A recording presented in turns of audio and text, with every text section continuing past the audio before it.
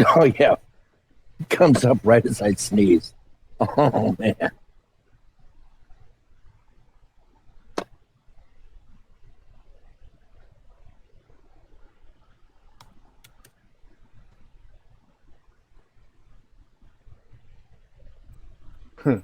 It caught you sneezing, huh? Yeah.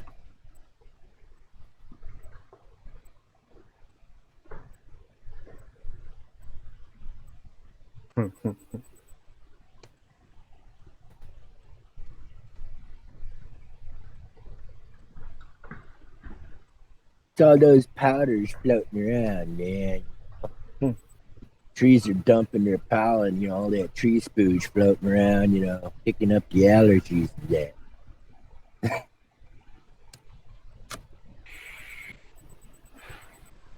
The only bonus is with the allergies, people stay away from you thinking it's something else. Like, don't get that on me. It's like it's seasonal. Trust me. Well, that's one good thing about the whole situation. It hasn't really changed my routine all that much. I mean, I'm not one that goes out, to bars or any other. You know, I go to the store. Occasionally I'll go pick up stuff from like the hardware store or something like that. And most of the time, I'm playing around with something electrical or electronics, I should say, and doing stuff on the computer, some gaming. So, I mean, I've been mid March.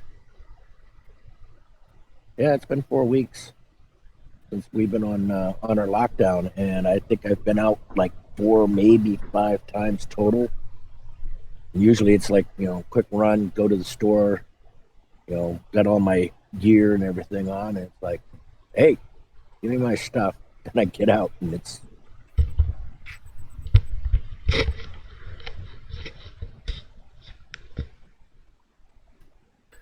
Yep, failure is an option here today. Let's say. Yeah, Warrior. YouTube freaked out. I started getting all sorts of messages from YouTube and everything like that. I think this is nearing prime time for a ton of people out there streaming, so their servers probably did a little burp. Getting a little overwhelmed. that was more like a burp, man. Part vomit and part burp. Bleh. Yeah, that's really bad, and that's going to have to stop. That's not good. I realize the box is finished. I'll get the lid going. I'll be right back.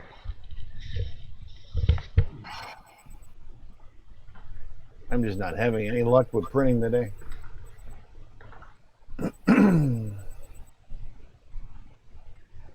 I succeeded in making a big mess, so 1 second. Got yourself a bird's nest, huh? I got a bunch of it's all over the hot end, so I need to clean it really quick before I get stuck. Ooh, yeah, definitely.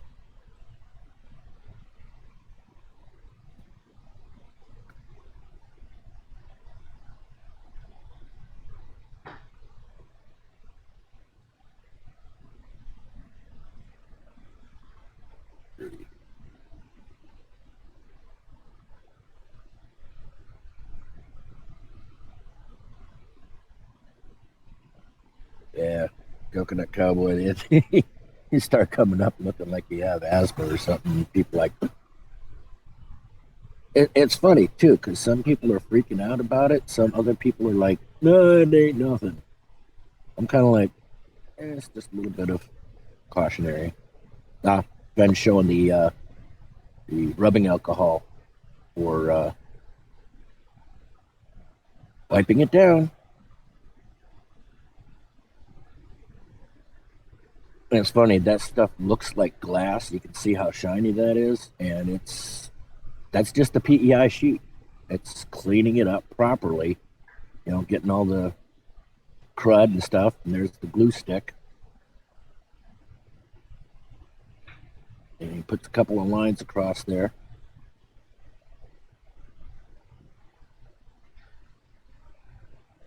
And then that's basically where it's going to print. is going to print right in the middle of those glue stick lines, and we'll get to watch it go live. Yeah.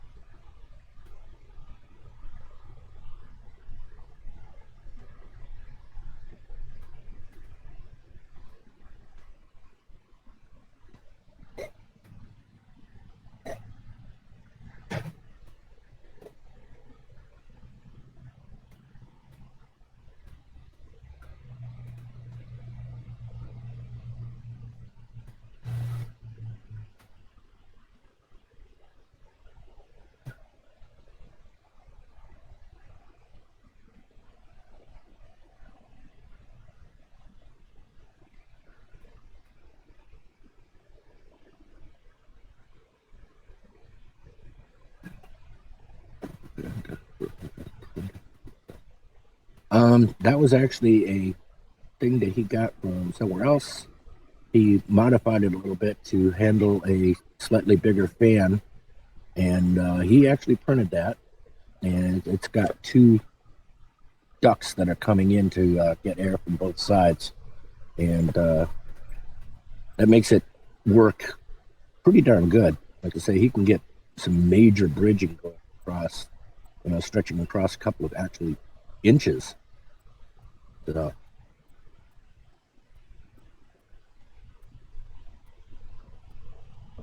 well, we were actually lucky. The because we do resin printing too, we had probably a couple of gallons worth of the IPA before any of this stuff happened.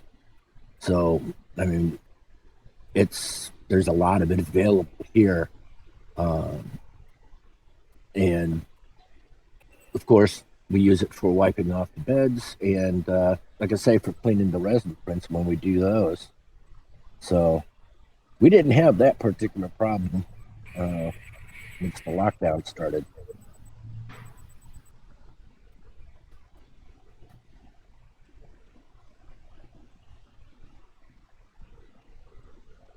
I'm starting to wonder if it's this donation filament that's killing me today.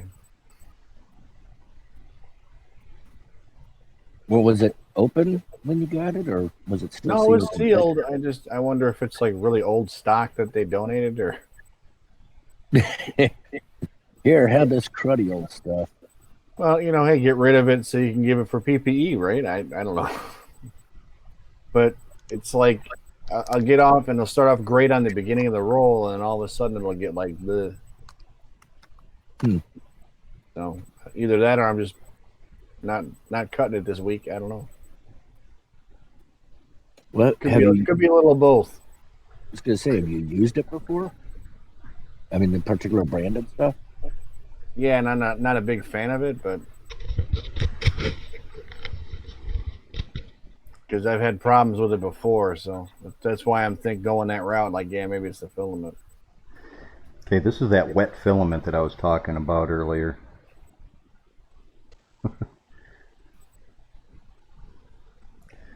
Came out okay. It tried really hard to screw up. That was. So why is your filament wet? That happens anytime you spend a great deal of time with me. Did you spill coffee on it? What? No, that's the roll of brown that I had sitting out for about a week. Normally I don't do that. The filament, if it's not being used, it gets put in the containers under controlled humidity situations. That's what we got to do. We got to come up with a big humidor for our filament. Well, actually, we just used one of those ceiling type. I think it's a 72-gallon bin that I Totes, got. the totes, the plastic It totes. Yeah, and it has a little rubber seal around the top that you can latch and lock it down. And then I got a couple of the dehumidifier desiccant type things where we just keep monitor on the color of it. And when it goes orange, we this one's nice because you just plug it into a wall and it'll drive all the moisture out, and then we can put it back in there with the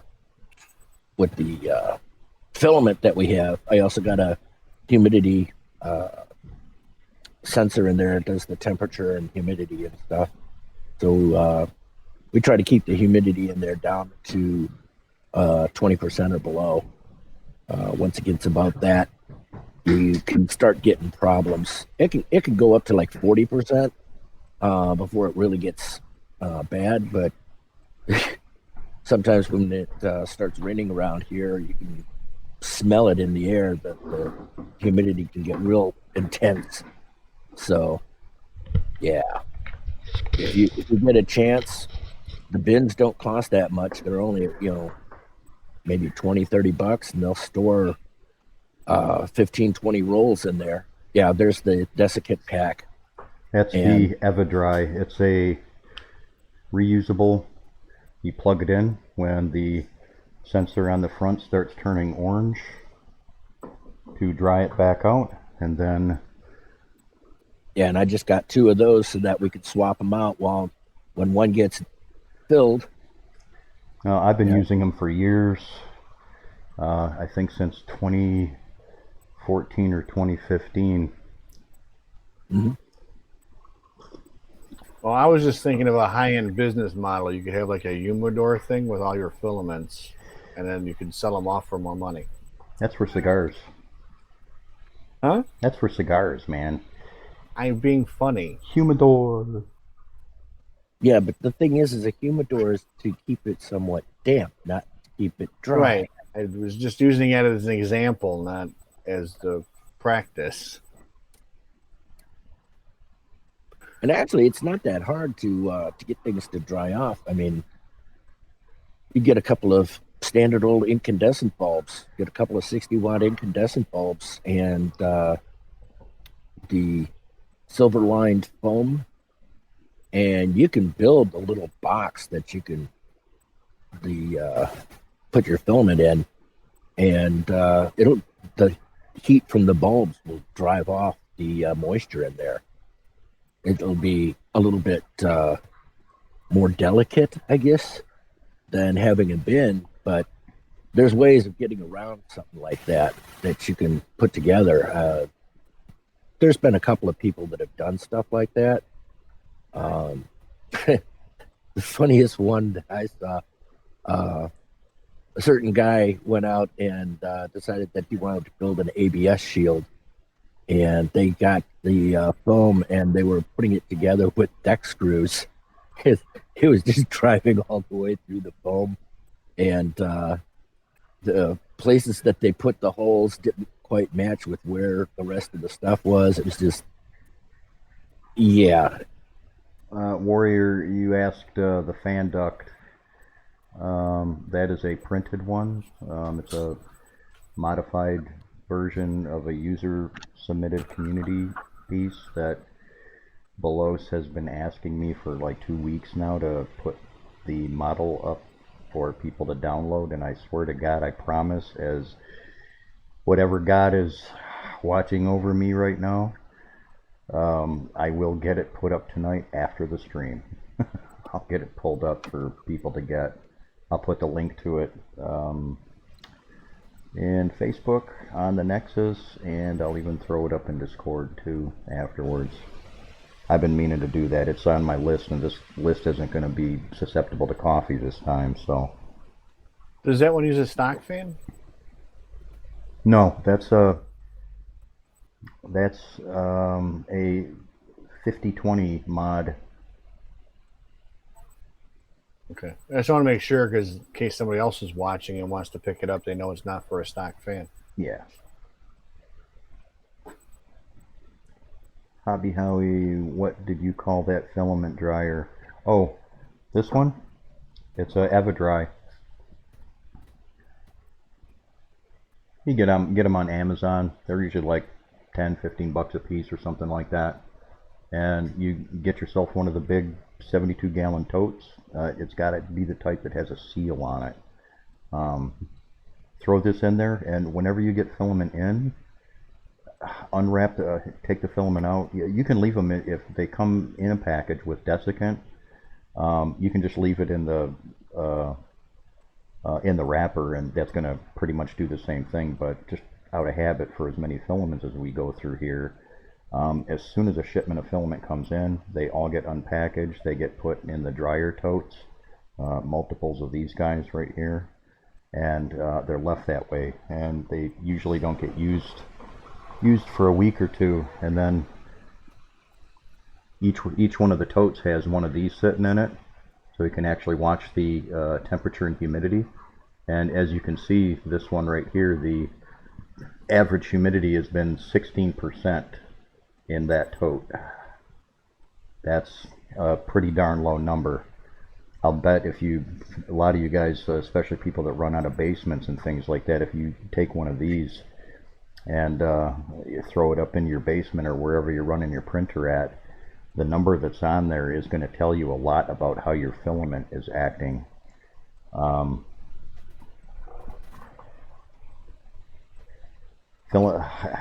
PLA's not, depends on the brand of PLA too. PLA's not as bad, but it is still susceptible to moisture. If you ever get filament and you, I might even have one that'll do it out there, but if you have filament that starts to get wet, especially PLA, if you bend it and it breaks, it's wet. Dry it out. That's what I would throw in the dehydrator. Or put them between your bed mattresses. That'd be a little bit lumpy. I don't know if I want to do that. Leave them for a week. She's tolerant, but I don't think she's gonna be that tolerant.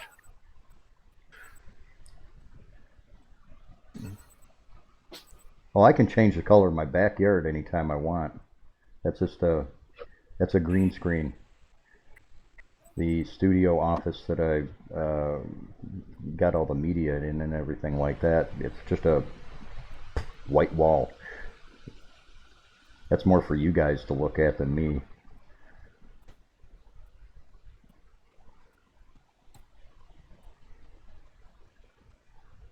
He's faking it, doing CGI with everything. See? I knew something was up with you over there. Yeah, I can change it up to some really crazy stuff.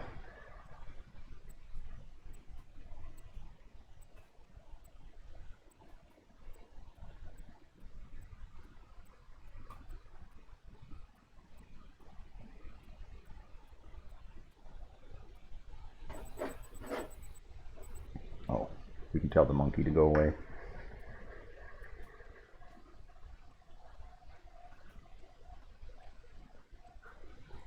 Well, for as many PMs as I have on Facebook and everything like that, I figured the people would have seen the announcement that I put up for the live stream. It's like they're chicken to come in and ask questions or something.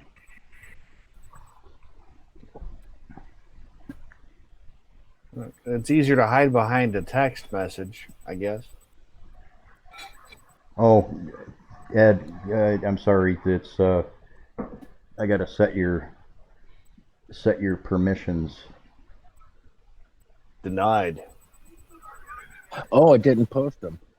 Yeah, Nope. that's to keep other people from putting Pornhub stuff up and everything. I Oh, could probably man. put it on the Discord. You could try. Yeah, I should be able to do it on Discord. Give me a second. Yeah, because you're an admin on Discord, so yeah, you should be able to do whatever you want. All right. Yeah, it's a little bit more involved for me to. There's a chat command for me to. I think I can do it from here. Let's see. User images help in general. I'll put it in general.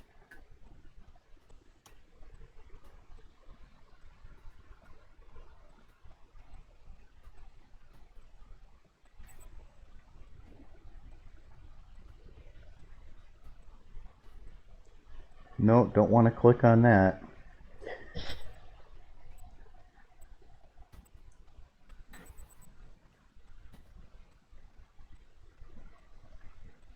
I can try it real quick here.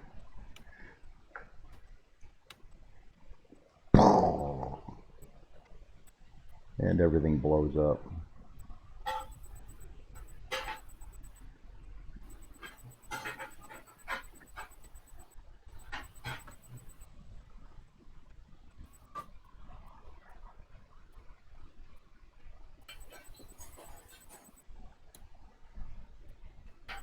Isn't it supposed to blow up? That's kind of how everything works in my place.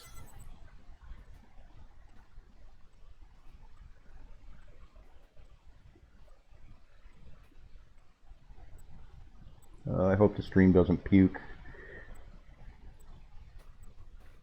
We're going.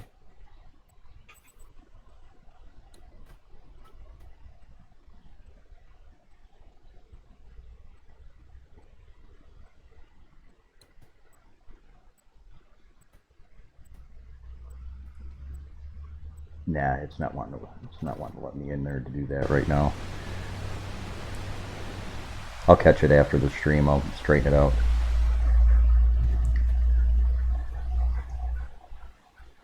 Yeah, make it out of wood. You'll be glad you did. I've been using them religiously for years now, and I don't have the problems with filament that a lot of people. There's a lot of people showing up on the groups and asking support questions and things like that. They're having problems with their sometimes they're extrusion problems, sometimes it's even bed adhesion in some cases.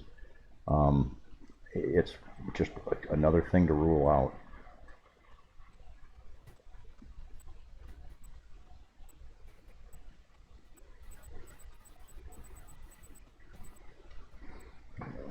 Check the status of that print real quick. I'll be right back.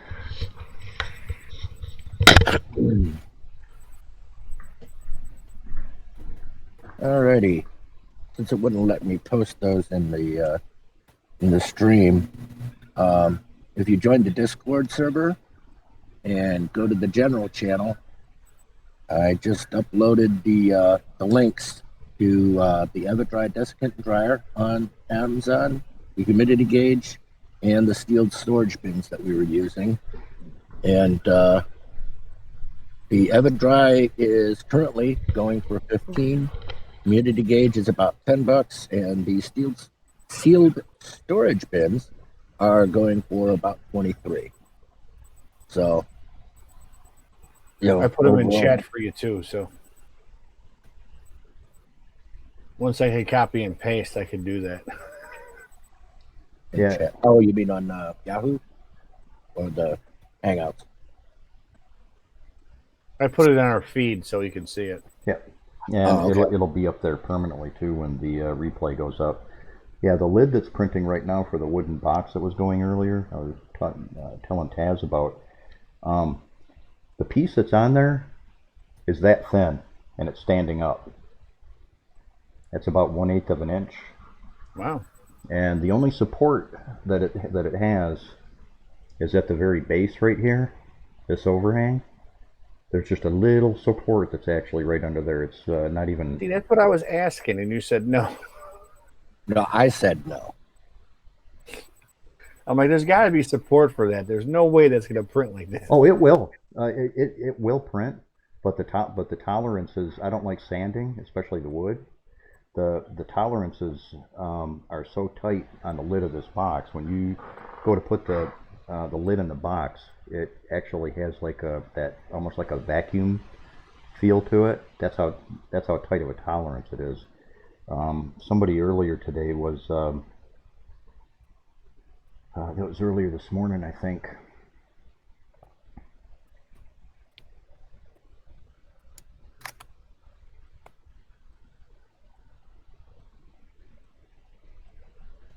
Oh yeah, make it out of wood. Yeah, once you set the tote system up and everything like that, it's cheap.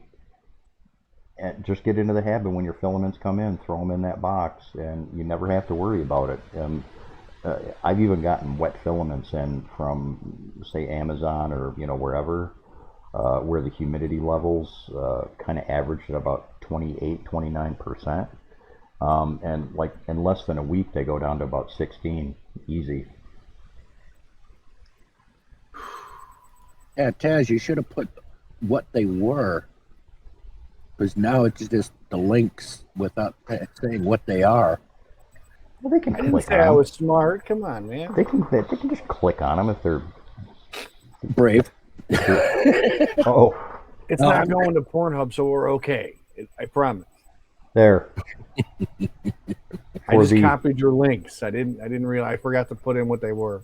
for the monkey earlier today that was saying, "Oh, you need to do extruder calibration and things like that to get the parts to fit together properly." Two different filaments, printed at way two different times on two different printers, and they fit together perfectly. So there. It comes down to knowing your machine and how to work it. There was this. Somebody was. I don't even know why there's any debate out there. Anybody that takes any time with their printers can kind of determine it for themselves. To date, I have never calibrated the extruders on any of the machines. It's always taken care of in the slicer, and I can go out there right now and probably grab about 10 test blocks in varying sizes, and there's 20 millimeter ones, 30 millimeter ones, and I think I got some 40s floating around out there. All four corners, all four or all six sides are all the same. The very bottoms of the prints, usually there's that little elephant foot that you have to deal with, or used to have to deal with, but now in most of our slicers we have elephant foot compensation, and you can actually dial that down. You don't have to touch anything after that.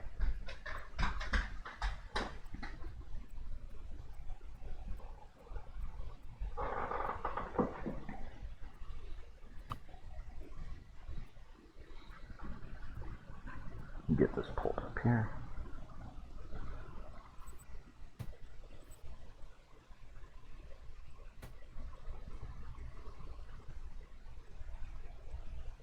Yeah, like Fen was mentioning earlier, for Make It Out of Wood, you go to those three links and you grab those three items, and it's real easy to keep track of what's going on with your filament. The tote is about, it's a 74-gallon one, so it's about maybe 18 inches wide by about 2.5 foot long, maybe 18 inches tall or something like that. We could measure it if we had to. It's a good sized bit. We put a lot of filament in those. Core XY or Delta style printers. I'm probably going to have the natives get really restless for me saying this. Core XY, more to go wrong and more to get right. Delta, I enjoy watching them. I just personally never got into playing with them that much. Taz has got a Delta at his place there that he's been playing with for a little while. The thing that's really, Delta requires a lot more computation is required from the processor, because it's having to figure out what the angles are to get the tooltip into the right position. So it's doing those calculations on the fly, and with that's putting a little bit more strain on your processor than the standard XY type. It's nice if you're wanting to print tall things, because a lot of your deltas, the area on those things, they're not much as far as the footprint, but they can go really, really high. The Core XY, it's a good technology if it's done well. But for the average home user, more to go wrong and more that you've got to get right. Yeah, because if you get the the thing is, the way those things are being driven, it's real easy to get a little bit of a slew, which is where instead of it being perfectly level in between the two, it'll be slightly offset. So when it's coming across, it's actually at an angle. And once that thing, unless it gets perfectly perpendicular, once that thing gets at an angle, you're done. It'll mess up every single print that you do because it's going to be moving them. The two steppers are going to be moving them funny. If you get it right, it's great. But we're talking a really, really complex version. It's great when you get it right, and it's pretty precise when you get it right. If you look at a lot of the current offerings there's a lot of companies that are coming out with Core XY, and you go to any of the big channels or anything like that. Some of the guys that have done reviews on them and things like that, they're issues right out of the box, even for the pros. So I'm not saying that there aren't good models out there, but I see train wrecks waiting to happen with the average, and this isn't dissing anybody in particular on any of the groups, but across all printer brands, the average users that are out there,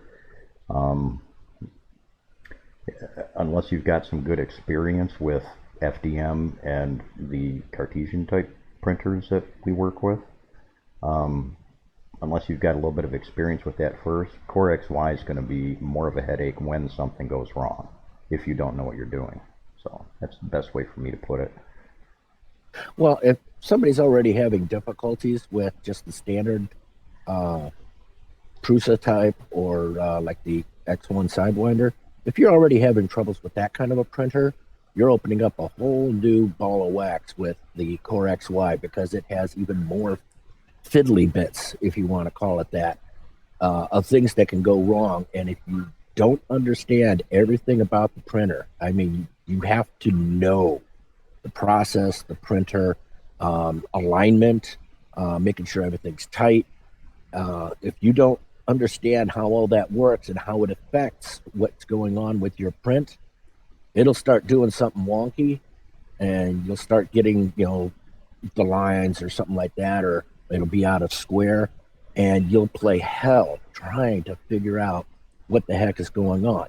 But mods will fix it, firmware will fix it, Slicer will fix it. Yeah, no. I mean, just look at cars. I mean, there are cars that are built that are just like, no, this was a piece of crap, and it always will be a piece of crap. It doesn't matter how well you paint it or what nifties you put on it, it's still a piece of crap. The Core XY is not so much that it's a piece of crap, it's that it is a very finicky piece of equipment. If you get it set up correctly and you maintain it well and make sure that everything is square and tight, it can be a damn good machine. But everything has to be perfect. Be right back.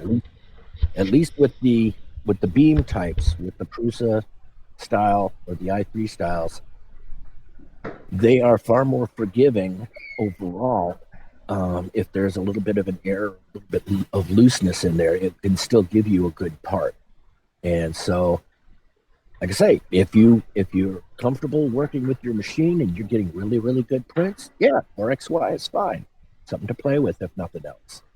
But as a new machine, yeah, I would leave the Core XY and the Deltas alone if you don't have a good handle on 3D printing yet, because each one of them has they have their bonuses and benefits. But the best bet, learn the regular machine and learn it really well so that it doesn't throw you curves too often, and you understand how everything works and the variables, and yeah, you can work well.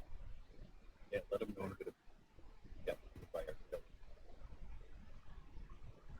Okay.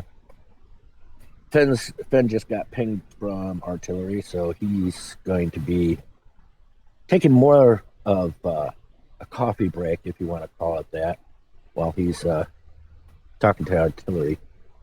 Unfortunately, he doesn't have that in the same room as the rest of the studio. So, oh yeah, Taz is having dinner. What you munching on?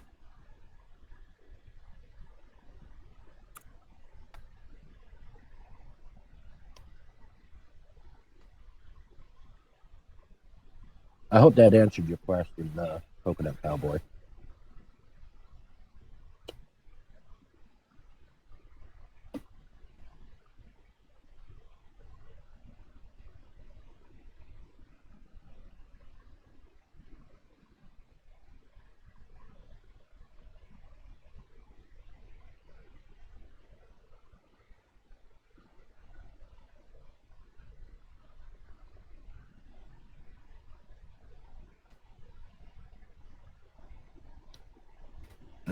Artifacting. Um, are you getting banded lines that are kind of uneven as it's going up? Like you'll get a line or something that'll leave a banding, or is it actually giving you little blobs of something on it?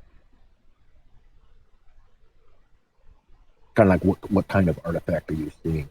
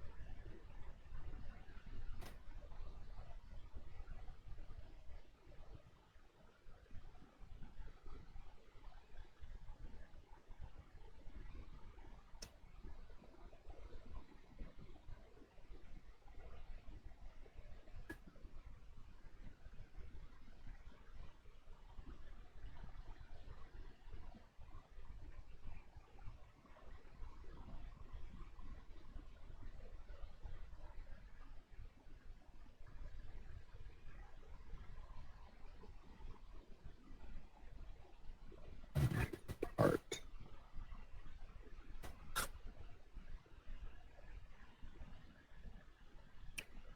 Okay. Um, that's a possibility. There, something that might help you out. Does it mostly show up toward the bottom of the print, or does it continue as you move up? Something that I often suggest is on the get a piece of we call it Scotch Brite.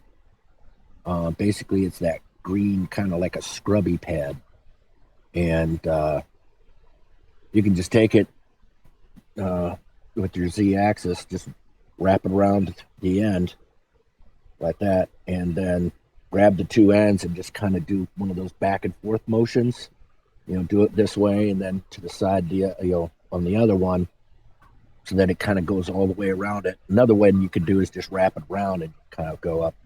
What'll happen sometimes is there'll be micro burrs that'll be on the Z axis, and what'll happen is when it's moving fast, it'll sometimes catch on those things and it'll cause it to jump just a slight bit. You wouldn't hardly even notice it, but it does show up a little bit more on the print because you actually have line and stuff. You don't have to necessarily take the Z-axis off.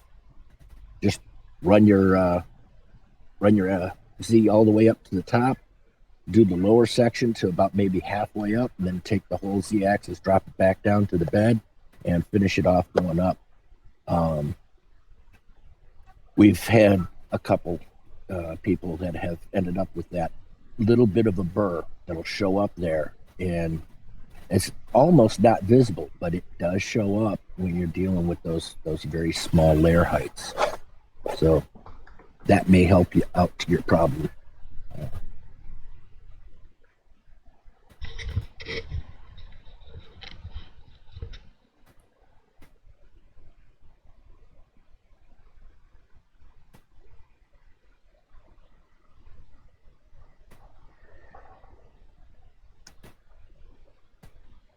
Alrighty, what'd I miss?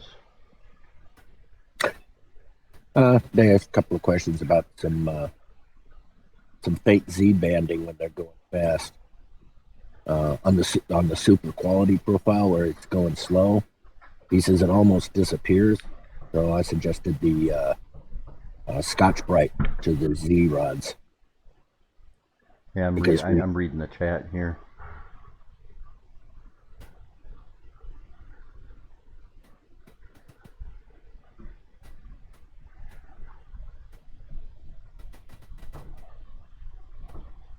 Oh, Taz has got Chinese. Yeah, I saw that.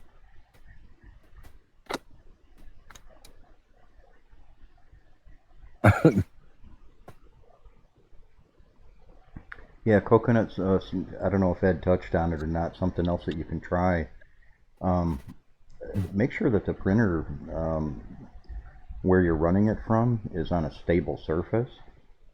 And if you have a way to test it, you have a way to temporarily take the filament off the top of the printer, try that first. There's the Z banding is universal across all the printers. You go to the Prusa forums, you go um, ANET, the newer ones, the ELFs, any of them. I'm seeing Z banding showing up in just about all the groups on a pretty regular basis, and there are a handful of different things that it can be, and it varies from printer to printer. That's part of the reason why I suggested the using the Scotch Brite on there, because we did notice that one problem where there was just a little bit of a burr, and it was enough that as it was going around, it was jarring it, which was giving some banding every now and then. Well, another user the other day came up with his motors. The Z steppers were loose on the frame. Oh yeah, that wouldn't help too. Yeah, that'll have a little bit to do with it too.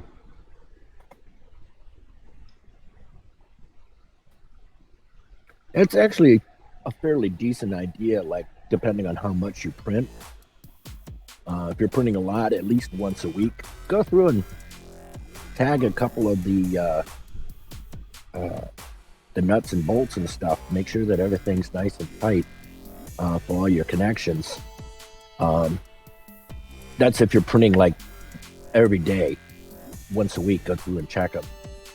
If you're not printing every day, you're a little bit more casual and stuff. Once every couple of months. It doesn't take all that much, and you can kind of get a little bit of a assurance or confidence boost in that. Hey, I know that everything's tight. You can eliminate that from your diagnostics when something does go wrong. And trust me, working in industry like I have, sometimes those little bits of preventive maintenance can stop you from having to rip your hair out. And I don't like ripping out hair. It hurts. Just was contacted talking with Tracy for a couple of minutes there. She's eating too. She might. She said she might stop in on the stream. I gave her the option of showing up on video or just hopping into chat. So you never know. Might see artillery hanging out for a little bit. That would be cool. I think we're going on. I think we're going on close to 2 hours now. I'm not worried about the time. We'll just go as long as people are interested in it. It's getting to be prime time for some of the other people out there, so I have no problem with kicking the stream out for longer.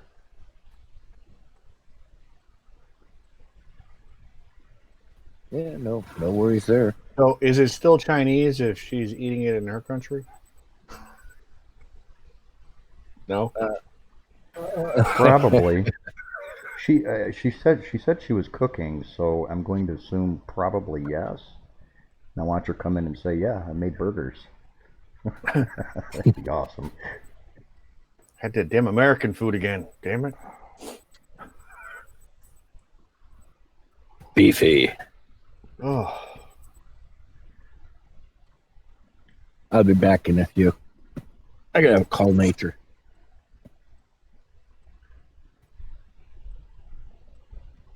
sorry, I just wasn't gonna pass it up hot. So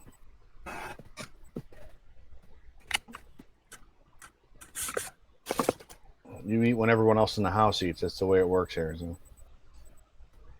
I'll have to tell him that if he just turns his mic off, it'll stop feeding into the window. Yeah, I just didn't want everyone to hear me chewing, and Oh, I turned off the camera and muted my mic. I'm like, I don't want anybody to have to hear that. Yeah, because I was really hungry, honestly. I'll probably be, another hour later. I'll probably be starving again because it's Chinese food. But yeah, I didn't even do anything for dinner for myself either tonight. I got all this other stuff ready to go for the stream and stuff like that. I was like, I'll eat later. he was talking when I was eating, and you were talking a little bit about the Core XY and the Delta. Now, I love watching my Delta. I don't like configuring my Delta. Yeah, that's what I was saying too. I've seen enough of them, and I've even had a couple go through here, but it wasn't work, but there were a lot more things to concern myself with that I didn't feel we should have to concern ourselves with these printers. I guess that's a really weird. When it works, it's beautiful. Like especially like doing like figurines and stuff, it would do an exceptional job when you got it right. If you're off on one problem, it throws everything off. But it prints like mad though. It prints extremely fast. I have a friend in New Zealand. Her name is Sarah. She runs a company, Plug Idea Beans, which she's locked down from, and she's having to work from home now. She's got a stack of Deltas, and she swears by them. She does a lot of prosthetics for kids and stuff like that. You know, maybe I'll get her to show up on here one of these times too. And yeah, with the Core XY, it's just another way to do the same exact thing, and for the most part, when I had mine working on the Core XY, it produced nice prints. I mean, because you're dropping that plate, so it isn't shifting back and forth. There isn't a lot of rocking, so you're getting nice layer lines out of it. I don't think. But it's another one. If the electronics are off, like on the one that I got, the electronics are just garbage. And between extruding properly and having the timing, all the issues started surfacing, and it was like way harder to try and figure out than say a regular printer like ours. Well, we may see a Core XY coming out of artillery at that stage. I'll probably start playing with them again.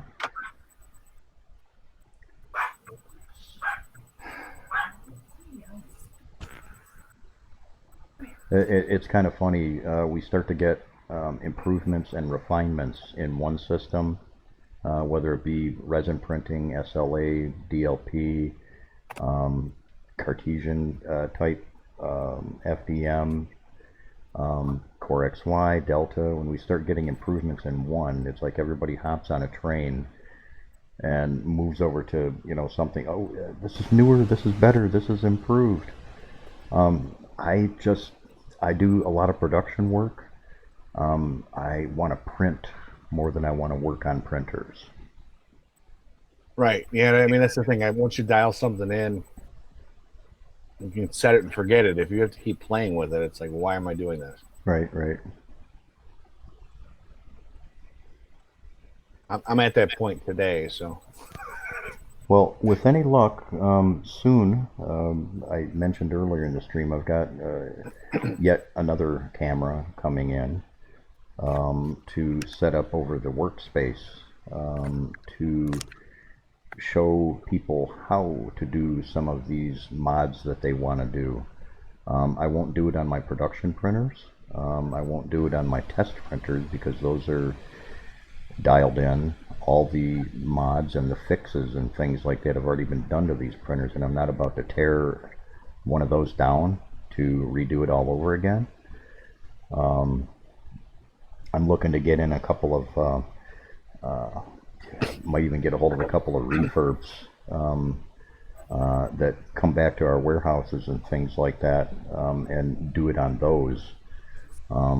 That way we can actually say, hey, this printer's not working well, and it definitely needs some fixes, so we're going to do those fixes today.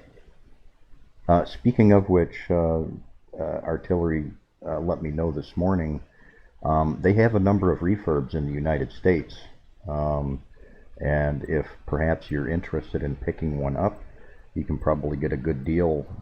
Just contact Tracy Wang through Facebook, or shoot me a message through Facebook or whatever, and I'll see to it that your information is forwarded to her.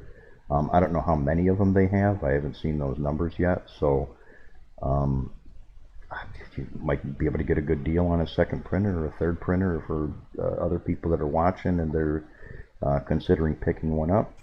The refurbs are pretty solid too, and they come under warranty through Artillery. So Yeah, because that's how I got my second one. I got my second one was version 1 that they were selling off, and it actually outperformed my version 2 that I got, honestly. yeah, Coconut, over time, I've never said that modifying the printers or anything like that is bad.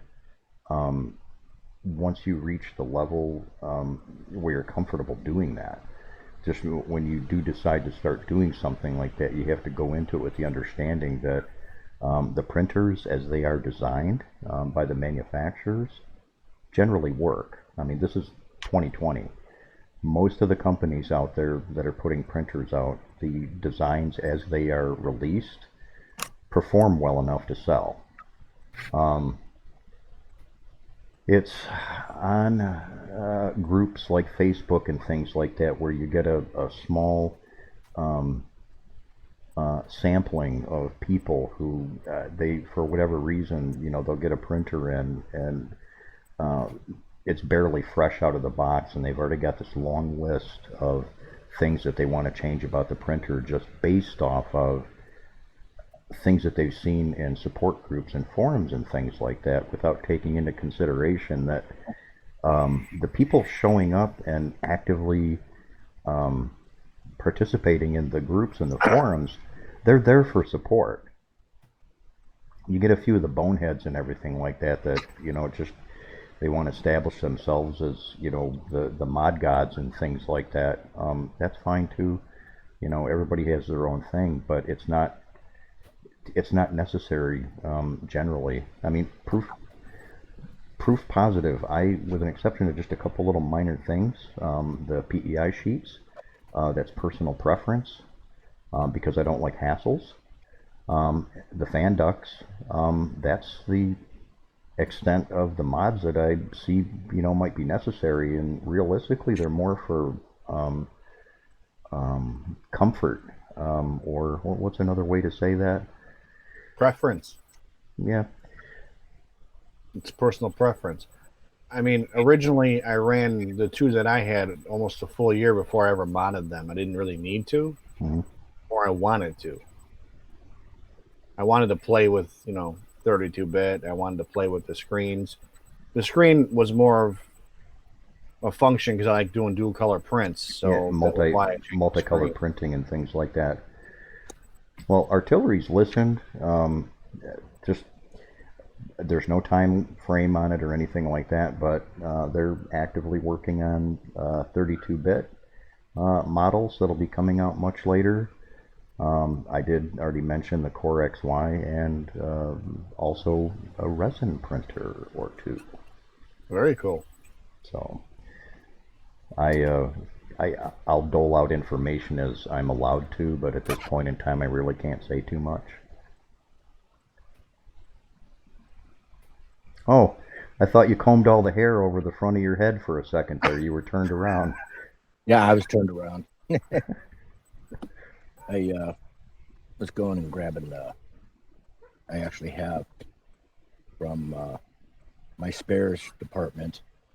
You know, this is an actual Z rod, and Oh, that's what those look like. That was good. yeah, you're funny, but yeah, these Acme screws. What'll happen is that sharp edge that you have in here, they'll get a little bit of a burr that'll be in there, just a slightly bit of a sharper edge, and as the nut is going up and down, sometimes it gets just a little bit. It'll catch one of those burrs and it'll slow it down just a touch, and as the thing's trying to rotate and it catches that burr, Yeah, it doesn't raise as well. that rod that you got there, it actually looked like it had a little snot in it, about 10 or 15 threads up the way. Oh yeah, it's this thing is right out of the package, so it's still got some boogers and stuff. I haven't cleaned it or anything. It's just straight out of the pack. Yeah, Well, there it is. Right I was there. just saying that's a really good example of, some snot. Yeah. Yeah, Yeah. because that right there can cause a problem. Just a little booger in there, it'll hit it and it'll slow the rotation just that little bit.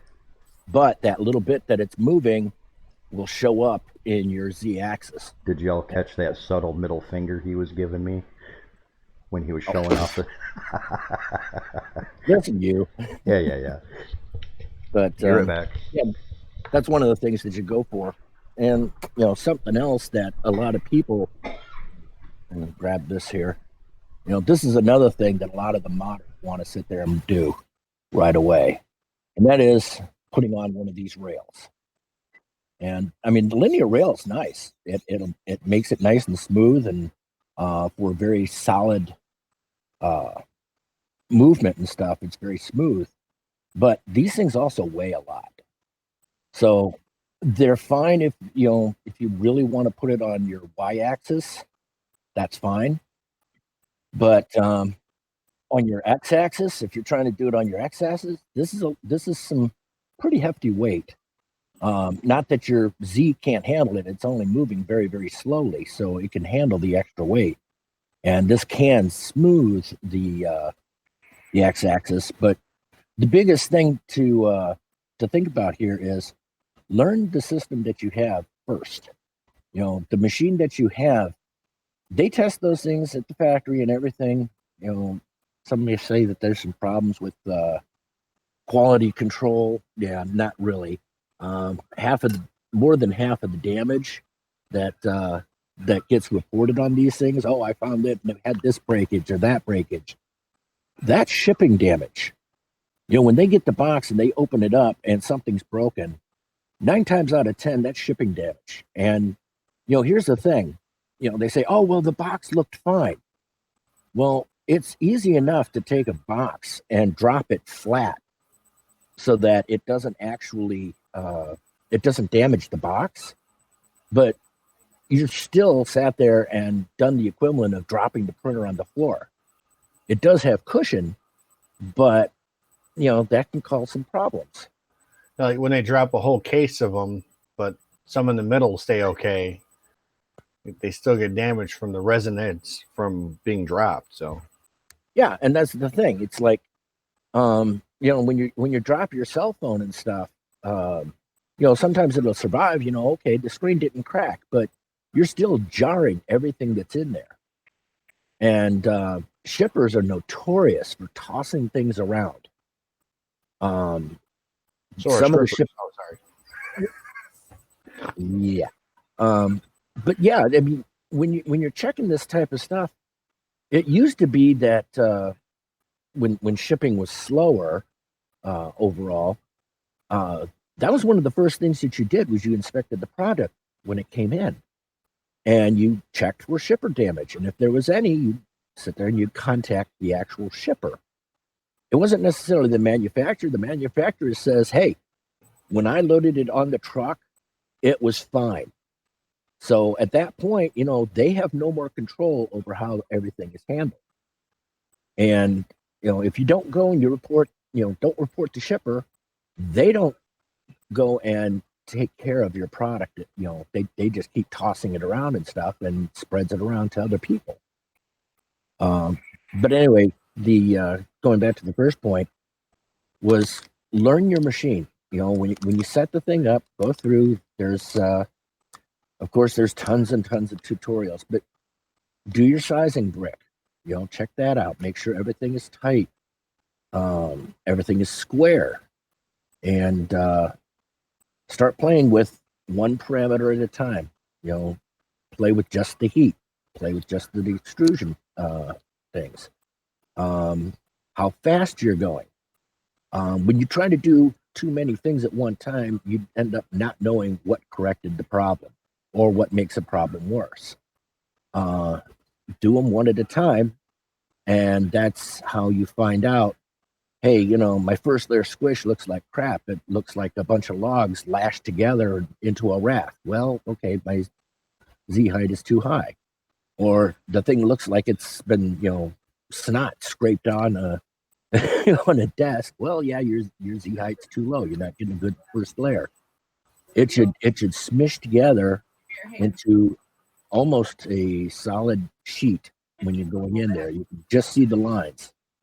But Fen likes to call it first layer porn when he gets some of these. He's peeled off ones that you can see through, and they're great. Hey, no slap and tickle there, Taz. I hear you. But yeah, learn the machine, play with the machine. Once you figure out what's going on and what you need, like say for bridging, for instance, they have actual bridging towers where you can sit there and see how long will this thing bridge. Those printers capable of bridging 2 or 3 inches sometimes. You just take it slower and you make sure that your fans are turned up to cool the plastic, and it'll bridge nicely. If your temperatures are too hot or it's not cooling too fast enough, that's when you start thinking about, okay, my fan is only blowing from one side and it's not cooling the plastic enough, and so I can't bridge. That's when you might look at changing out what kind of fan ducting you have. But try to get it to work with the baseline printer first. And then once you get those going pretty good, then you can make improvements that are based upon the things that you've discovered as you've been working with it. It's much, much better to do it that way. That way you know what's going on and why you need to have whatever it happens to be done to your printer. You just pull it out of the box and start adding things willy-nilly, and then your computer, your printer doesn't work. Well, how do you identify why it doesn't work? Was it something that you added, or was it something that's actually a problem from the factory? If it's something that you've added, especially if you get a little bit invasive, technically you've voided your warranty because you've modified the printer. And a lot of people are like, oh no, I can just, no, sorry, that's been the law for decades. If you modify your product, you void the warranty. And the manufacturer doesn't have to honor that warranty anymore. So it's better to learn your printer as it is before you start making any modification. That's not saying that modifications are bad. Once you know the thing, hey, I've seen some people done some really cool stuff. But they also, for the most part, know what they're doing. Oh, hey, Tracy. Tracy from Artillery just showed up in chat there. Hey. Hey.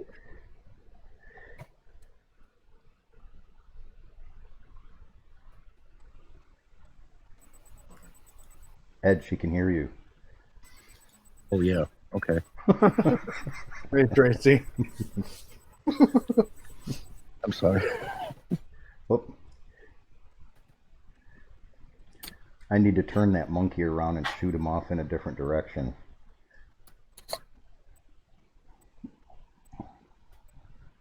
I just got these things in today. These little beggars are a good friend. These are tip cleaners. I'm gonna get them into focus here, maybe.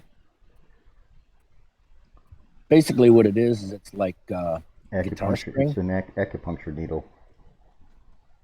Yeah, or like an acupuncture needle.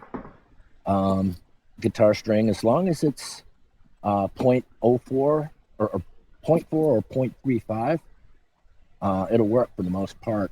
And these are nice and flexible. They're sharp too, but they're very flexible, and it makes it easier to get in there and get some of the crud that may be in your nozzle. And they're very useful. I got a whole tube of these things for about I think it was less than $10, like $7. And there's 24 in here. Plus, it even comes it even comes with a couple of little tweezers for manipulating the darn things underneath your nozzle. And yeah, when you get a clog or it starts coming out when you extrude it, so that it's sitting up above your bed, say a couple of inches higher. When it comes out, it should come straight out, and then just do that kind of little swirl thing when it comes out. If it's spitting off to one side or the other, directly out of the nozzle, that means there's something that's in there. There's a bit of gunk or a clog or who knows what. But that's when you get one of these and run it up inside there and clean that thing out so that it's coming straight out of the nozzle again, and that'll help with your printing too.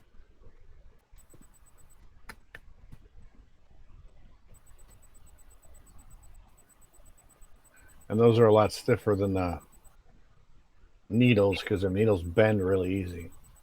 Well, those will bend pretty easy too. I mean, you can come in from the side and run those. I find them to be a lot better than the drill bits. I tried doing it with drill bits. I was gonna mention those drill bits that they sell for cleaning the nozzles. Those snap way too easy, and then you have more problems.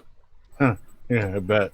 Well, a lot of them, they're the carbide bits to begin with, and you jam those up in the nozzle and things like that. You're creating burrs. You're doing all sorts of just nasty stuff. That, yeah. And then if you turn it the wrong way, you're going to wind up messing up your nozzle. So, Ed, did you say those were guitar strings? Did you say that that's what those were? No, these were actually specifically. It's a little tip cleaning kit that I picked up off of Amazon, of course. But yeah, it's a little nozzle cleaning kit, and it came with a bunch of pieces in it. But you can use guitar string. It's just a little bit. These are nice because they've got a little bit of an end here, which makes it easier to grab a hold of them and spin them and stuff. But you can use guitar strings as long as the size of them is smaller than your diameter. From time to time too, some of the filament companies, I know Sunlu did it a couple of times. Overture did it more than once. They include some of those needles in packages of filaments that you get in. It kind of freaked me out when I saw those. yeah, but that's how I got most of mine. I got like a big bunch of them from being in my filament. Yeah. I got a big collection of them now. Hey Tracy, if you're still there, you got any news for us? Anything special? How are things going in China right now?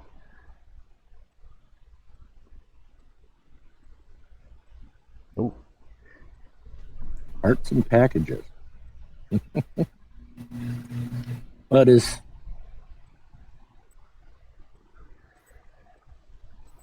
oh, bless my monkey. Bye, monkey.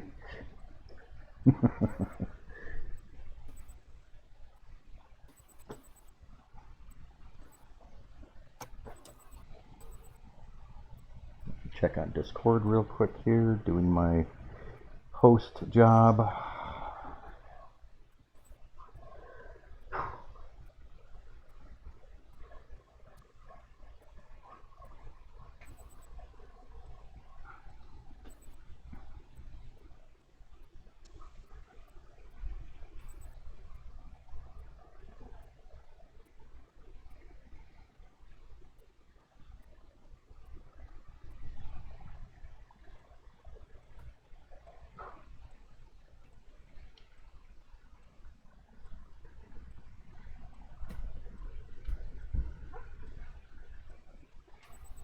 Nothing new there.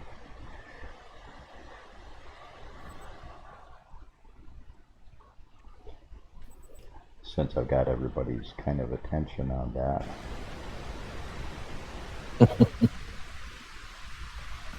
That's just something that I would like to see on 3D printers, especially the ones that are heavily using the Arduino, is the I2C connection.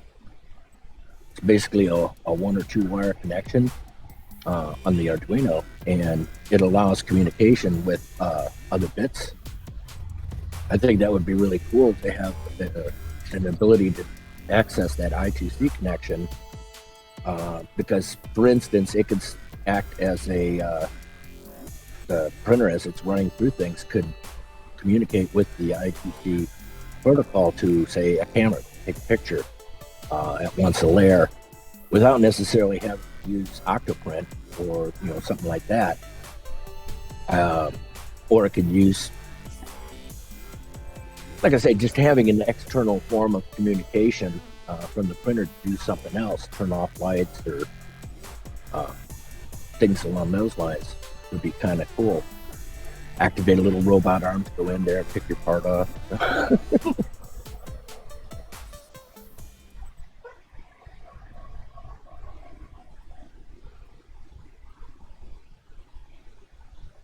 Your printer's still rolling, Taz? I stopped the one. I'm gonna have to take the whole hot end apart, I think. I've been meaning to ask you, behind you, the printer that's got the red LED. Is that a red LED that's on there? Yeah. What is that on the wall behind it? That's a bull. Okay. I'm a Taurus, so I printed a bull. Just because my eyes and looking at it from a distance, it looks like a monkey wearing earmuffs. Okay. I was thinking of one of those goofy, floppy-eared dogs, actually. It's actually a bull. I mean, it's just so far away. Because above that, it's the badges that I actually held for the different departments I worked for. And then there's the bull.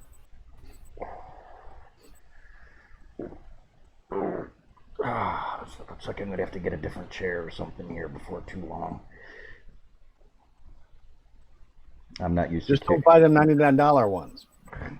I'm not used to sitting in a chair in front of a computer and sitting back like this. I'm not one of these people that can sit here, and I'm usually working, move, working, and this idle stuff is not exactly for me.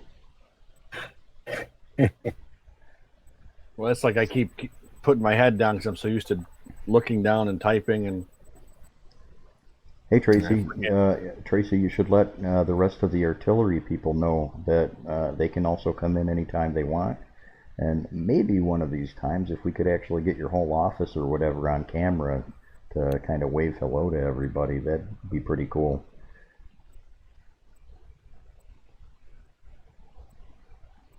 You guys are having lunch or something like that, you can make us all drool, show us what you guys are eating over there too.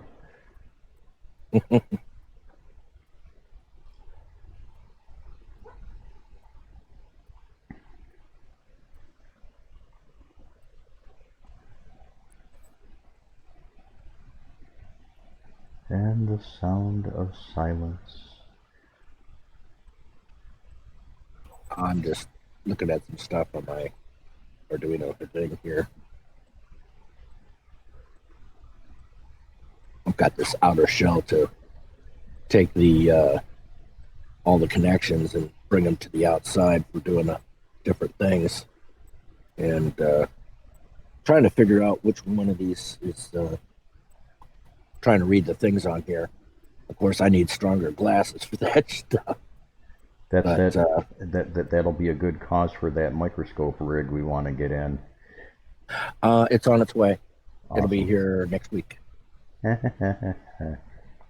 Yes. I pulled the trigger on that one finally. I said I'm getting that one. It's got the HDMI hookup, so we'll be able to. Does that have a camera output on it too? Well, it has an HDMI Well, output. awesome. Because what I'm saying is we could actually run a feed, and some of the more. Oh yeah. Okay. Oh yeah. All right. Oh yeah. For I specifically got one that had all those features on it, so that if we wanted to, we can zoom in on something really tight for and for some of the put it people. on speed. Yeah, for some of the people that were wanting to show how to deal with stepper drivers and pin assignments and things like that, that'll be kind of awesome for doing that. Yep, that's what I was thinking of. Hey Taz, your little dog sounds like they're happy. He's not happy. He's lonely. He wants to have attention. So So you let him hop up in your lap? he doesn't hop up in my lap. He hops up in her lap. So Oh, it's one of those dogs. I get you. he's no dummy. I don't blame him.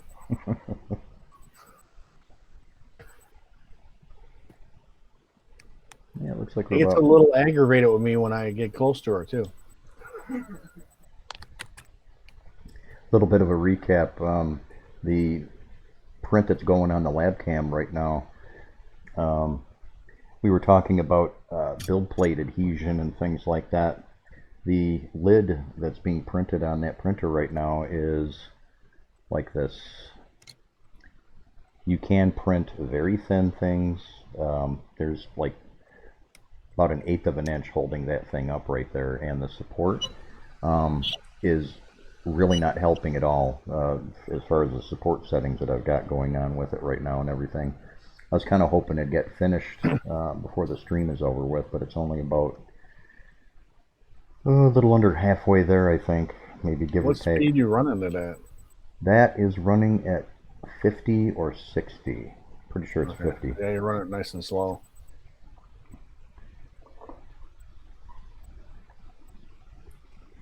And You don't want it to go too fast. the box base, that's what was printing earlier. The box base was going at 60, 70, I think. But just because of all the craziness with the perimeters and things like that, it wasn't going to reach that top speed except when it was doing like the interior walls and stuff. So I think that maybe some of our people that are in the forums, our biggest problem is they're trying to crank the speed up too fast on these with some of these complicated prints. And it's like, well, I'm guilty of it. Don't get me wrong, but well, if you in the foreground of the lab cam right there, that just finished earlier today. That was a 20 some odd hour print. That one right there, you see all the detail on that. That was done at 70 or 80, I think. Hang on here, let me turn something around here.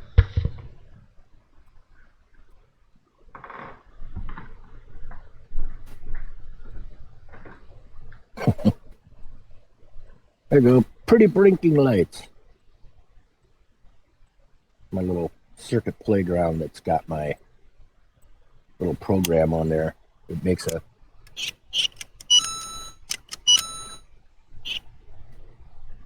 some programming on the side. A little bit of fun.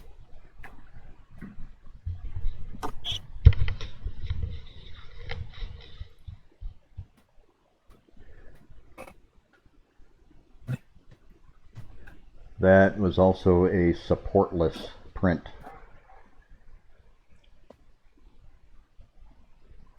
I hate supports. I avoid them. I avoid them at all costs if I'm able to. Well, that's the best way to do it anyway. You design your print so that it has the least amount of supports. That way you don't have to worry about dialing off the nubs or whatever where the connections were. Right. And just makes it a lot less post-processing that you got to try and deal with. Well, if your supports are done right, I might even have one handy here. Let me double check that again. you mean you don't like sanding and filing? Isn't that part of 3D printing? Well, yeah, it would be, but you also want to try and minimize it if you can. No, I know. I'm just kidding, man.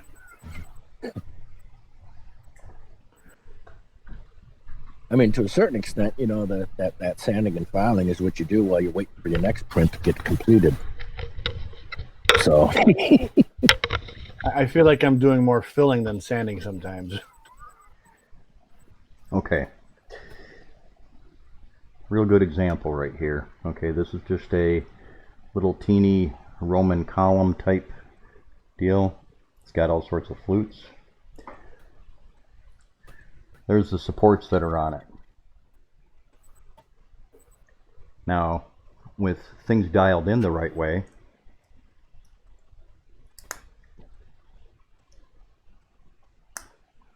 your supports should come off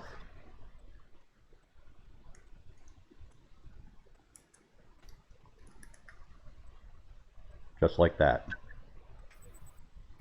You notice how I didn't have to use pliers or a screwdriver or a wrench or anything? When your support settings are right, everything will come off in one piece. That's how it's supposed to be done. If your supports aren't coming off that easy, you're not doing it the way you should.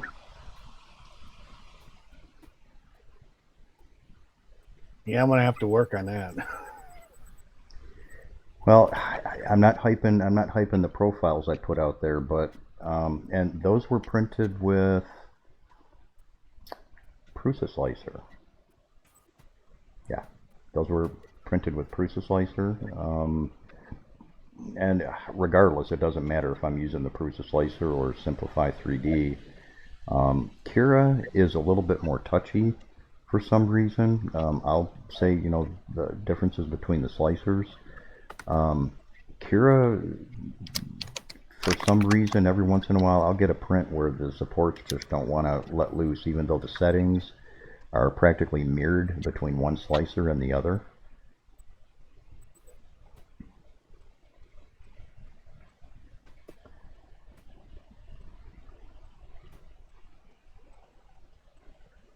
well, stuff it just varies.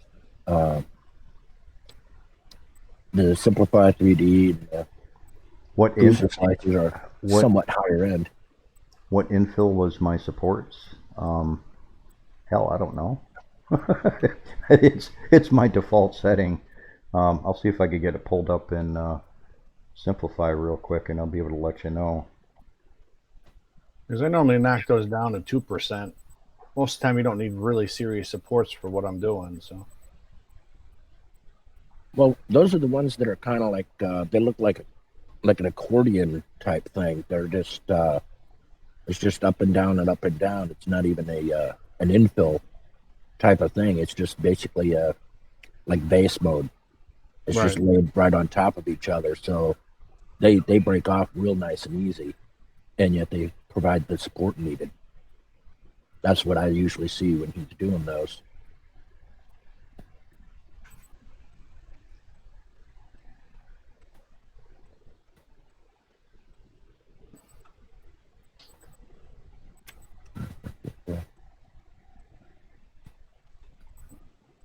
Yeah. You see my blinky thing there, Taz? yeah, I was watching it. I was trying to figure out what that noise was in the background originally. I was like, what is that noise? And you're playing with your toy. Well, it sounds just like, you know, like Mario Brothers. Yeah. So I was like, I'm like, when did I like have Mario? Hold on, I'm looking around my room. I haven't heard that in a long time. The thing that I like about this, I mean, this is from Adafruit, and it's a complete system. I mean, it has a basic, kind of sort of like an Arduino, but it's a different processor, and you can use the Arduino IDE for programming it, but you can also use Python programming for it too, which is why I'm able to get some of these, you know, it's kind of hard to see with the camera to if I can get it at an angle where it'll, damn, those LEDs. Let me make it dimmer. Mm. Anyway, the RGBs, they're actually cycling through a whole bunch of colors at once when it's going through there. And it's not like a solid color popping through. It actually cycles through them. And that was something I was able to do with the with Python. But it's a couple of projects that I'm working on the side. I got people want to do some stuff. Very cool. Okay, Earl's playing with the mouse.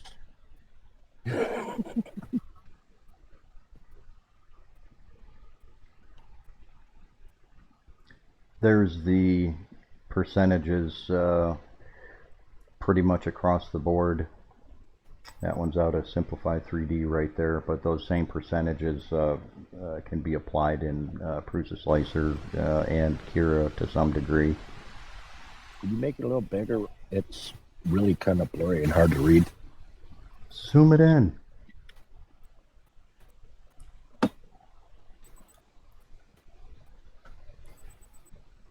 Or you could just post it on Discord.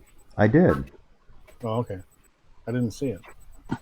Yeah, it's in the proper. My bad. It's in the proper channel. It's in the help. Oh, channel. we're actually putting it in the right spot. Yeah. That's why. Yeah, if you can't see it on the feed. That's better. I was looking at it on the feed. That's where I was looking at it. So I said you could put it on Discord, but I didn't see it popped up because I didn't have it back where I should have it. So I was getting a question asked on the artillery support side Discord. So I was answering a question there. Sorry. Tell them.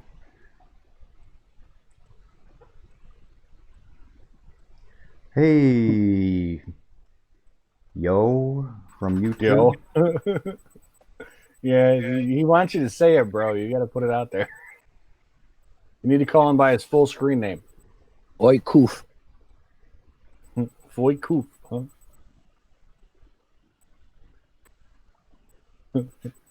We can find ways around that. Interesting username for you there. Tell us how you really feel, dude.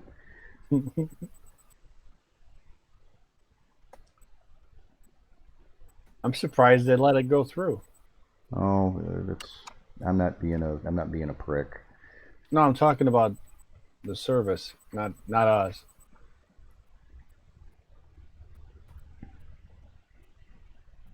Yeah, well, whatever. Hey, if it works.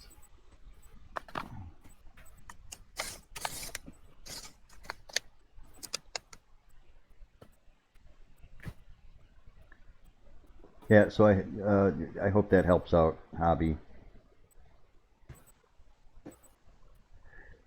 Why? Hey, Mike. Why does that not surprise me in the least bit? Well, hey, okay, if this is another one of your accounts, you better like and follow, man. Bump those numbers up for me. That way, that way it'll actually end up scrolling across the screen too.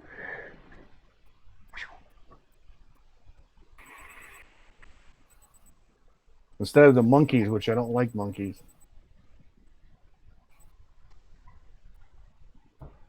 There, you made them disappear. You happy now?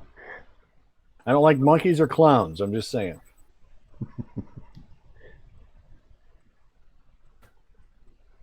Oh, so our dress up Friday for Juggalo weekend ain't gonna hit it off too well for you then, right? Yeah, it's not. Monkeys in clown white and tutus. Mike, it's okay. Anytime a name like that pops up or whatever, it just makes everybody suspicious. That's all. Well, the one that's up there right now ain't too far off. Say both the names together a little bit fast. Duh. Think about it. Right? I mean, we used to use that back when we do the phone freaking and stuff like that. Call somebody up, Well, you know, hello, is this person there? Just to listen to them call out. Has anybody seen this? when we get the tip the tip trains going and stuff like that, and the follower trains going, and the hype trains, and all the other nifty Twitch stuff. Once we get up over 50, be calling people out and everything like that. I can just see it now. Oh my God! Oh my God! Mike Hunt is smoking. He's smoking, man.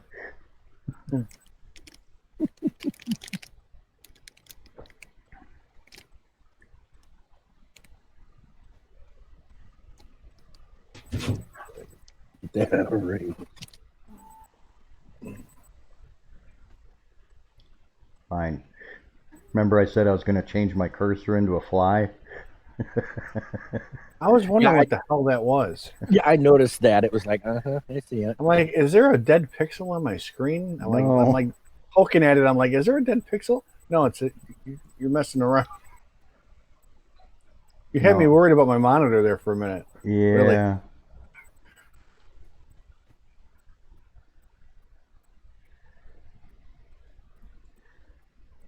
Yeah, I was talking about changing the cursor over to a fly, so I could just kind of randomly have the fly kind of skittering up the side of people's cheeks and stuff like that, just to break some monotony every now and then.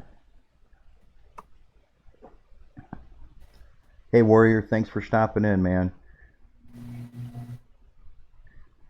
The full-blown live stream today or tomorrow is Friday, yeah. The actual topic live stream will be going on 10 p.m. Eastern Standard Time tomorrow. Mark your notebooks and things like that. We've gone about what 2.5, almost 3 hours now. Yeah, it's been a while. Three. Yeah, I got a full meal in during the whole show. So. Yeah. Well, that's the name of the game, the daily dose. You never know how long they're going to end up, and people get bored. They don't have anything better to do. All right, appreciate it. Thanks for the follow, too. Take care, Warrior. See ya. Yeah, I think we put Bolos and a couple of the other people to sleep. I don't think there's a lot of questions for most of the guys that are going to view with us, I guess. I mean, really. We haven't reached the ones that really need help yet. Well, I've been plugging the Facebook people and everything like that, and they're all... Yeah, I think it's hard for them to even get on Facebook and ask sometimes. So maybe, it's trying to get into new technologies and not feel intimidated. So that could be it too. Well, I have the option of also multi-streaming to Facebook, and we might try that just to see how well that works. But I'm not a fan of it because just about every Facebook video that I've ever seen doing live anyways, unless it's at a really weird hour, like on a Sunday when nobody's going to be on, or hardly anybody's going to be on Facebook anyways.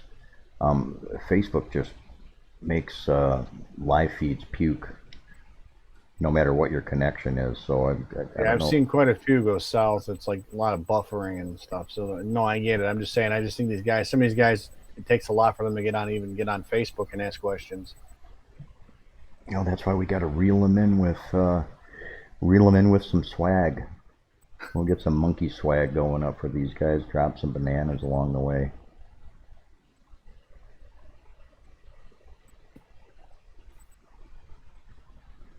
Oh, where are you at right now, Mike?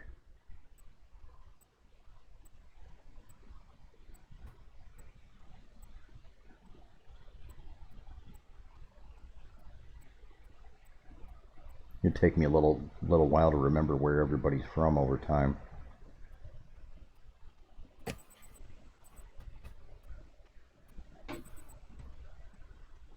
Who is Gandalf the White? Oh,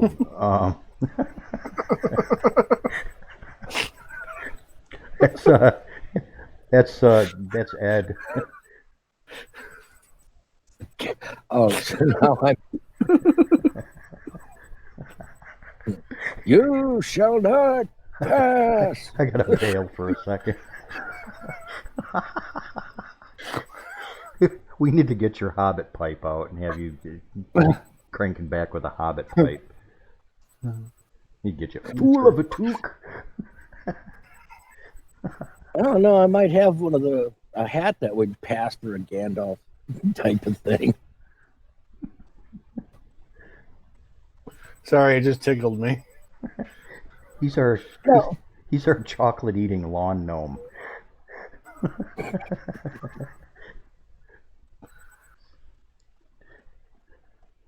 Well, I don't know if you're aware of it or not, Ed. I don't think I ever told you. If you ever want to stop your window feed, just turn your mic off. Oh, okay. Because Or we could watch you leave and make all kinds of noise. That's fun. yeah, too, because it even picks up on you eating. Well, Oh, lovely. I didn't want to say I didn't want to say breathing heavy, but yeah, it'll do that too. Past experience. I'll be right back. I gotta hit the little boy's room. I'll be right back. Gotta drop the kids off at the pool.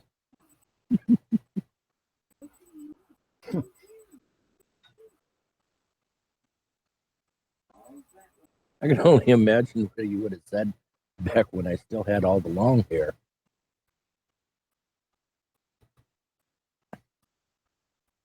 I used to have the hair that went all the way down my back and stuff. Well, I got that going on. It just hasn't gotten gray yet, so I've been very fortunate. Yeah. Well, I'm old I enough. I get the two little. That's it. Well, mine went all the way down my back to my belt line, and I got tired of sitting on it, so I finally cut it up short, But mine's legit gray. I'm definitely in the over the hill crowd, man. I hit 50 and I'm just speeding up. Actually, I'm past 50, but I ain't telling how far. I'm still under the limit, so we're good.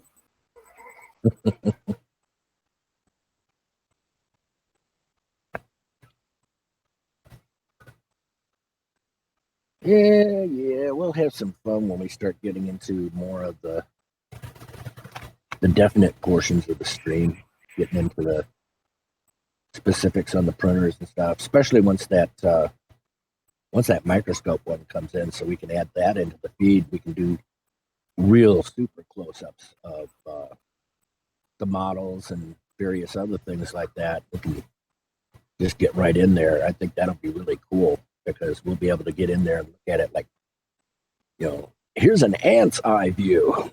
Wow. Looking up at it. Yeah, I'm just here for the comic relief. Technical side, not so much.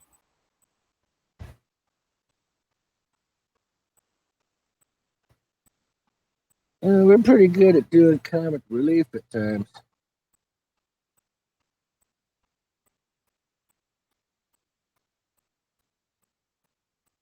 Wait until I start doing some of the crazy voices and stuff.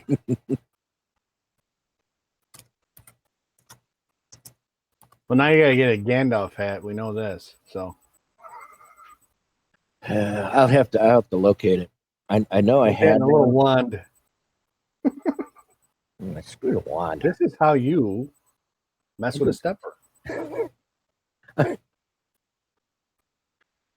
They had this thing. It's called a trim pod adjuster, and I used to pick on some of the bosses that I'd have. It's something I could stick in my pocket.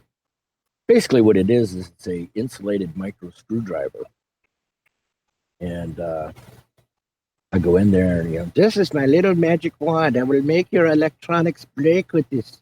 I can also fix them. I'd get bosses that would look at me, give me the side eye, and then I'd sit there and fix something by adjusting, and it'd be like, all right, you just know what you're doing, right? As this could be.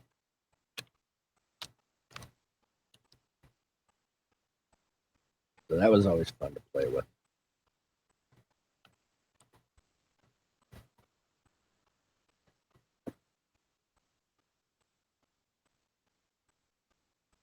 Yeah, I didn't know about the mic thing. I thought that was I thought that just knocked out the mic. Yeah, the only thing is you actually have to mute it on the Hangouts. Yeah. Because like even I'm feeding through on my broadcaster, and usually I can just hit the mute on that one, but this one still picks it up. So it's like, nope, you gotta actually mute it in that window, or else it doesn't work. And you have your open mic then. Or I could do like the one night where I thought the feed died, and it was just my feed died, and I was talking with my daughter about conversations I really shouldn't have on the internet. Oh, man. Now that would suck. Things I shouldn't go into on, a public forum.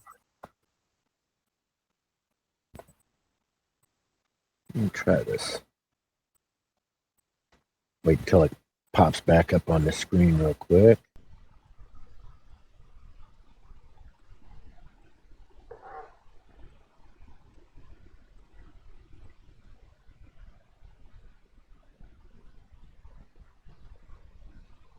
See if he starts talking and everything like that, we can do voices for him.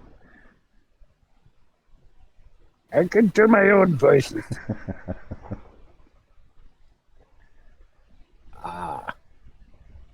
There it is. I got to hit the camera feed on Hangouts.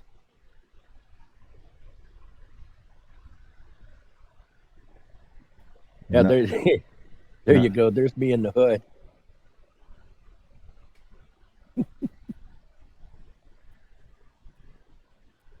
Yeah, for anybody watching, Tracy was telling me the other day, Artillery has a number of refurbs that are for sale.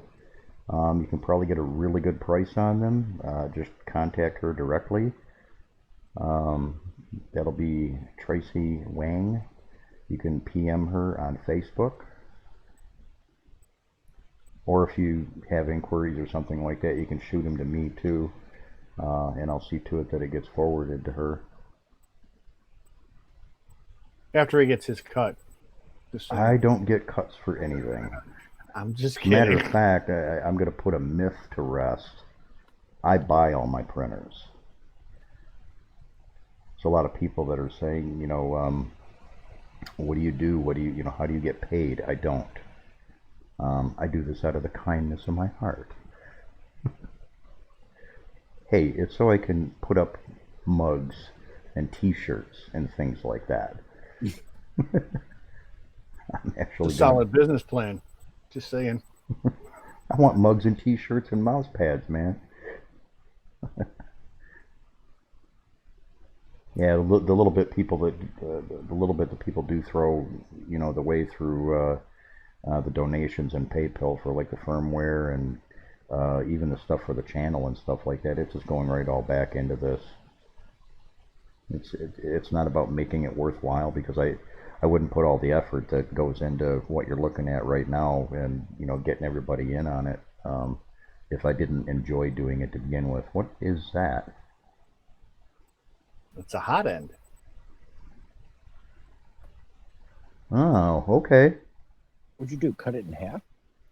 I actually printed this. No, it's a model. That's slick. It all comes apart too. My God, you know what we have to do? We have to do a maintaining your hot end. Hey, great idea. We need, since the model exists, we need to print up a Artillery hot end and extruder assembly. That's what I've been working on. I mean, this is obviously the V6. Yeah.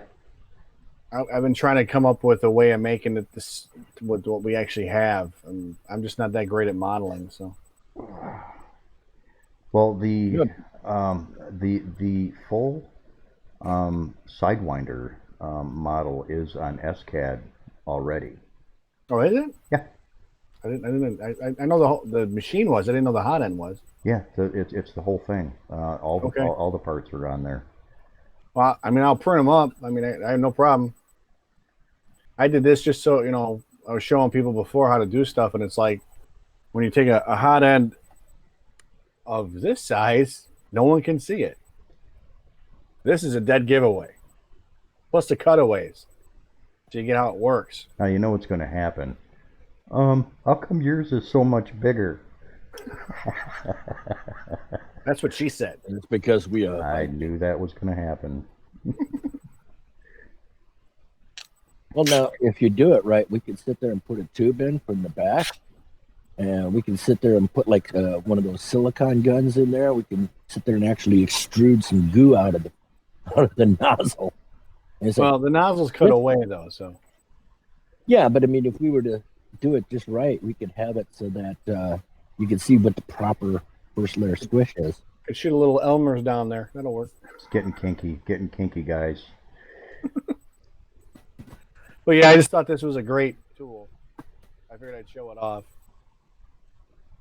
because a lot of people don't get how this stuff works. I mean, it's pretty much similar to what we have, but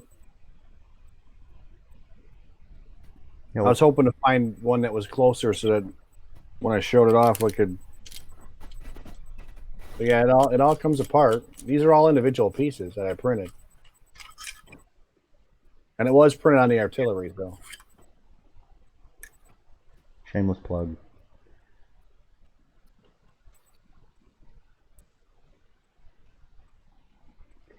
Well, folks, we're getting close to the 1, 2, Magic hour? almost 4 hour mark, I think. I think it's only 3.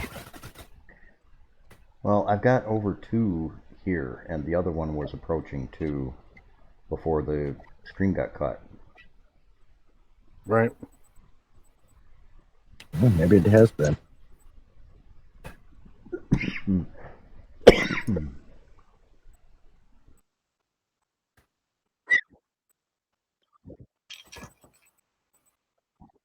Wow, that doesn't sound good.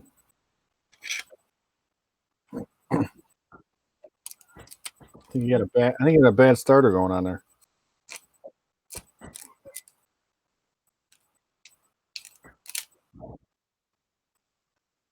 Oh, I just broke my model. Oops.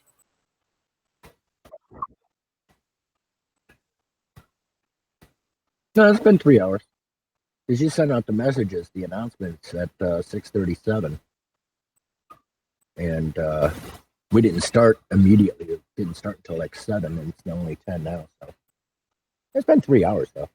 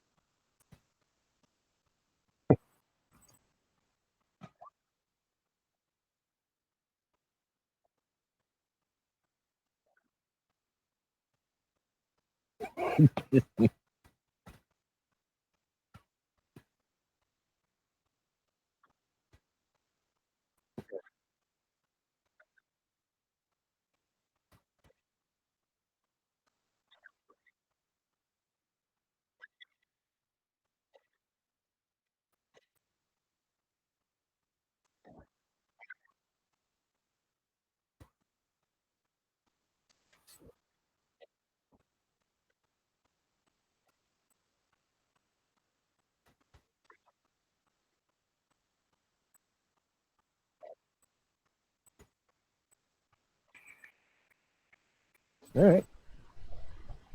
All right, folks. Well, we've been going at it somewhere between 3 and what feels to be 4 hours. Real time, it's been about 3 hours, but it feels like 4. 4 for me, maybe even closer to 5 because of all the preparation ahead of time. All the software, all the stuff that works in the background is working really good. I'm really pleased with how this is working. One in particular, shameless plug for Stream Portal. Dun, dun, dun. I can run the whole stream from a tablet. That has proven to work really well. I can even make monkeys appear and disappear. About the only thing that's kind of a bummer is that the top that lid won't be done before the end of the stream. I think it would be really cool to have it finished, be able to pop it off there and show people. It's like, hey, you saw this printing? There it is. Oh, I'll leave it on. I'll leave it on until tomorrow for tomorrow's stream, because I got the other prints I got to do and everything like that. That'll be taking place on the other printers, and then I'll pop it off right at the start of the stream tomorrow and show everybody, and then fire that printer up with something else in the list. But anyways, for those watching, appreciate you showing up. Like, follow, subscribe. That helps out the channel, especially on Twitch. We'll go from there. The themed live stream for 4/17, which is tomorrow night, 10 p.m. Eastern Standard Time until whenever. That's going to be Bed Leveling 101 and a heavier duty question and answer session. Get your questions ready. If you got prints to show off, we're going to have a set time for a show off session, so everybody can kind of show the stuff they've been printing, and we'll go from there. Appreciate y'all. Thanks for watching, guys. See ya. Come on.